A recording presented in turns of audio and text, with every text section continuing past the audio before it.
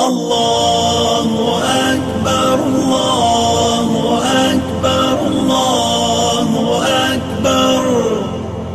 لا الہ الا اللہ نحمدہ ونصلی علی رسولہ الکریم اما بعد فاعوذ باللہ من الشیطان الرجیم بسم اللہ الرحمن الرحیم ان اول بیت وضع للناس للذی ببکۃ مبارکہ صدق اللہ مولانا العظیم وصدق رسولہ النبی الکریم ونحن علی ذلک لمن الشاہدین والشاکرین والحمد للہ رب العالمین۔ آئی ایم ٹی وی کے اسلامی تعلیمات پر مبنی پروگرام آگہی کے ساتھ میں ہوں آپ کا میزبان محمد حفیظ اللہ فاروقی۔ السلام علیکم ورحمۃ اللہ وبرکاتہ۔ خالق کائنات کا فضل ہے کہ اللہ رب العزت نے ہمیں یہ مبارک مہینہ ماہ ذی الحج نصیب فرمایا۔ آج پوری دنیا سے عالم اسلام اللہ رب العزت کے دربار عالیہ میں جمع ہیں اور اللہ کے گھر کا حج کر رہے ہیں، اس حکم کی ادائیگی کر رہے ہیں جو شعائر اسلام میں سے ہے۔ خالق کائنات نے میرے محبوب علیہ الصلوۃ والسلام کو ارکان اسلام نصیب فرمائے۔ پہلا رکن کلمہ لا الہ الا اللہ محمد الرسول اللہ۔ جب ایمان والا بندہ کلمہ پڑھ لیتا ہے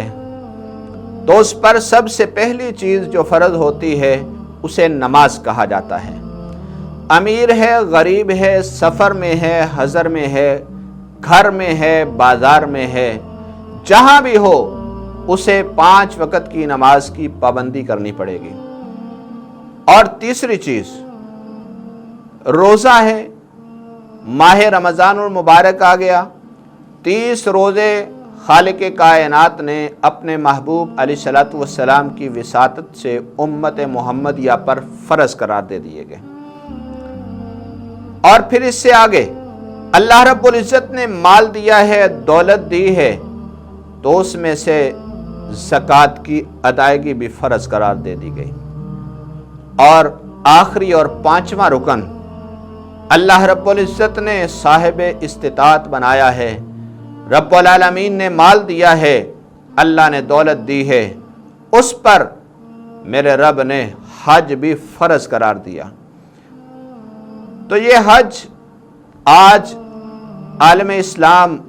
ادائیگی کرنے کے لیے اللہ کی بارگاہ میں موجود ہیں، رب العالمین کے دربار میں حاضر ہیں۔ گزشتہ سال کرونا کی وجہ سے